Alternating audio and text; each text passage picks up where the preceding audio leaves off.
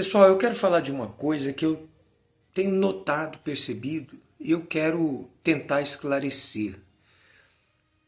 Existem evangélicos, existem pastores, existem igreja que nos incentivam a somente falar coisas boas, toda hora, independente da realidade.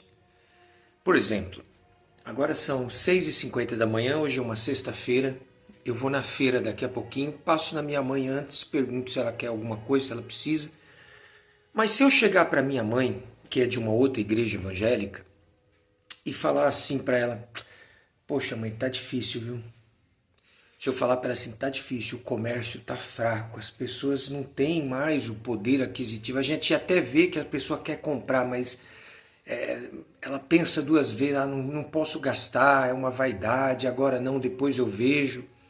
Minha mãe, é fato que ela vai falar assim: Não fala isso, não fala isso, você tem que falar coisas boas, você tem que falar que vai dar tudo certo, que tá bom, que vai melhorar. Como se eu estivesse murmurando, sabe? Será que falar a realidade é murmurar? Essa é a questão que eu quero levantar com vocês. Falar a verdade é murmurar? Pode falar a verdade? Se tiver difícil, pode declarar que está difícil? Biblicamente. E outro dia, quando eu fui, num sábado à tarde, visitar minha mãe, ela estava lá no canal da igreja dela, que é a Igreja da Graça. Nada contra, a gente tem que respeitar a diferença de fé.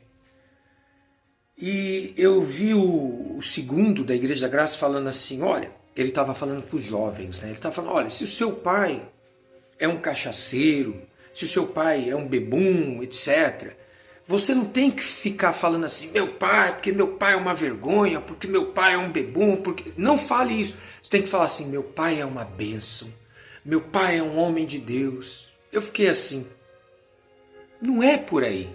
Olha o desequilíbrio.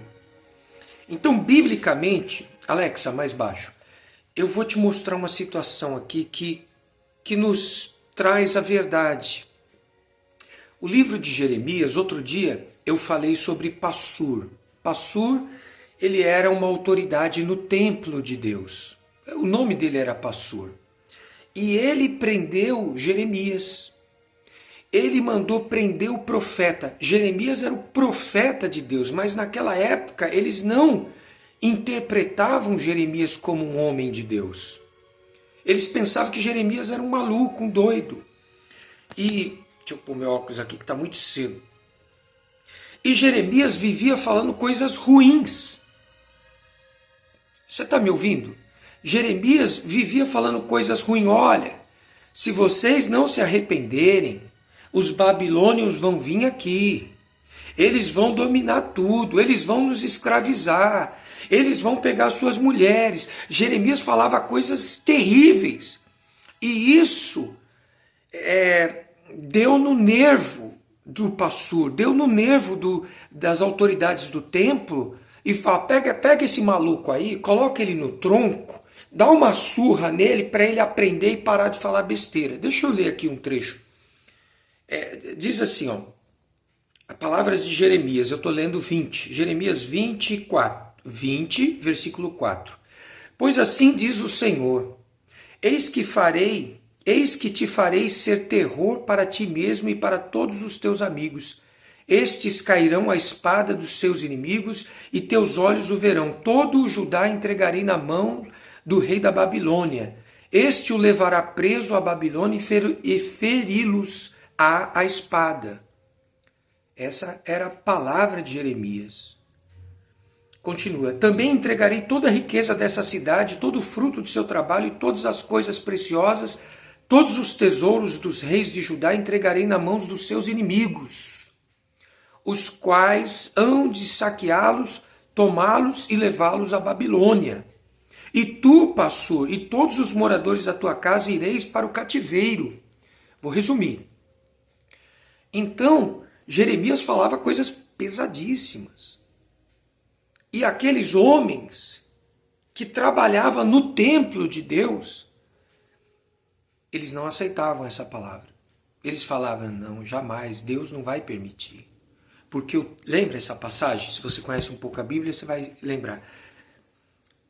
Essa passagem fala, o templo do Senhor. Não, o templo vai nos proteger. Não, o templo, não, porque nós somos filhos de Abraão. Então eles se baseavam, nós somos a nação escolhida, Deus não vai permitir e tal. Eles só em coisa boa, não, mas eles não se arrependiam do pecado.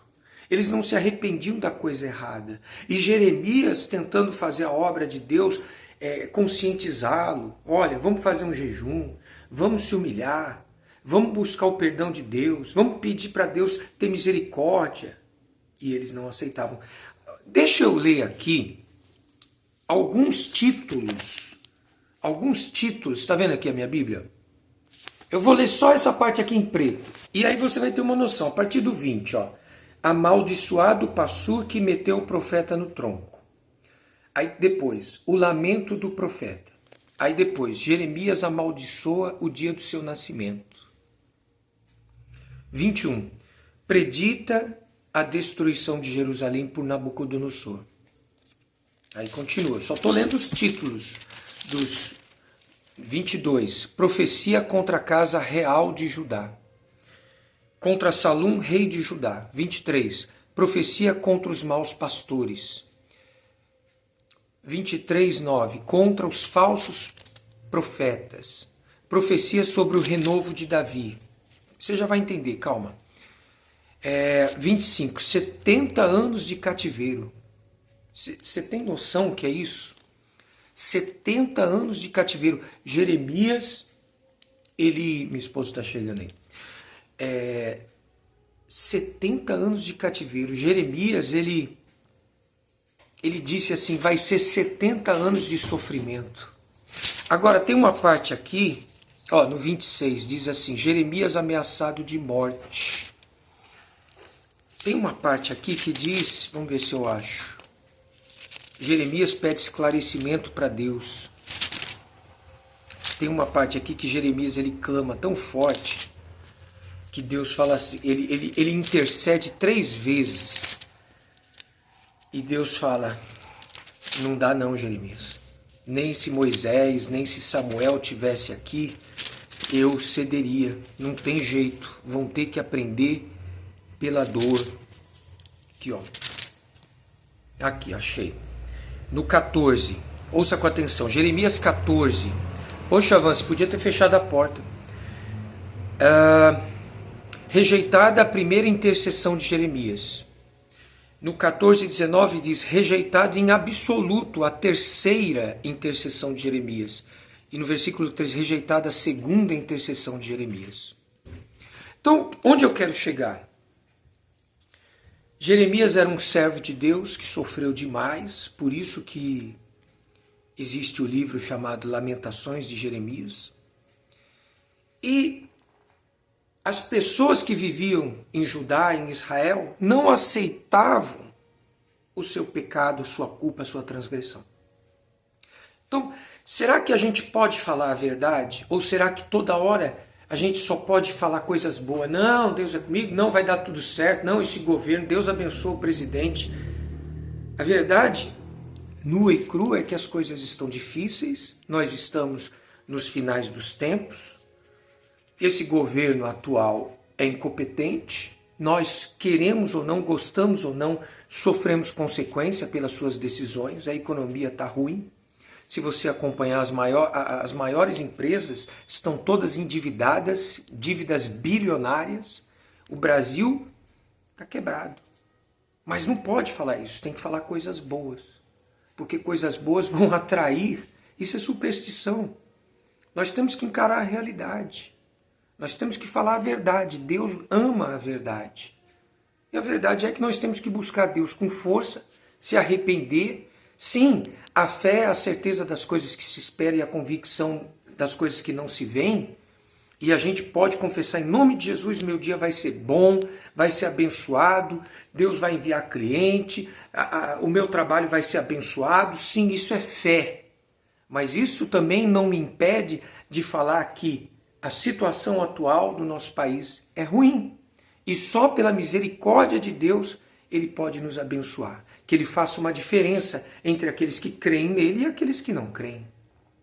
Você entende onde eu quero chegar? Então, não é só falar coisa boa, coisa boa, coisa boa, murmurar. Ah, você está murmurando. Não, eu estou falando a verdade. Jeremias não estava murmurando. Jeremias estava, vai dar ruim, vai dar ruim, vai dar ruim. Se arrependam. Eu fico imaginando quando Jeremias falou assim, olha, vai ser 70 anos de sofrimento para vocês aprenderem. Porque quem não aprende com amor, quem não se arrepende, quem não busca, vai ter que passar pelo fundo do poço, para lá no fundo do poço falar, Deus tem misericórdia de mim, eu não aguento mais. Aí a pessoa aprende. E você sabe que Daniel, na Bíblia, viveu na mesma época de Jeremias. Ambos viveram na mesma época. Só que Daniel, ele era um jovem, muito inteligente, temente a Deus, judeu naturalmente, só que ele foi levado cativo para servir o rei da Babilônia, Nabucodonosor, e depois seu filho, os seus próximos. E mesmo ele sendo um tremendo servo de Deus, ele teve que viver sobre o jugo de Nabucodonosor da Babilônia. Ele orava 3 vezes, em sentido de Israel, ó Deus, tem misericórdia. Lembra do teu servo Abraão, Daniel agora eu estou falando. E mesmo assim, Deus falou para ele, Daniel, você é um homem muito amado, mas fecha o livro, porque as coisas já estão determinadas, nada vai mudar. E você vai morrer nesse cativeiro, mas será levado para o céu. Então, às vezes a gente tem que aceitar as coisas como são. Reflita, tá bom? Deus te abençoe.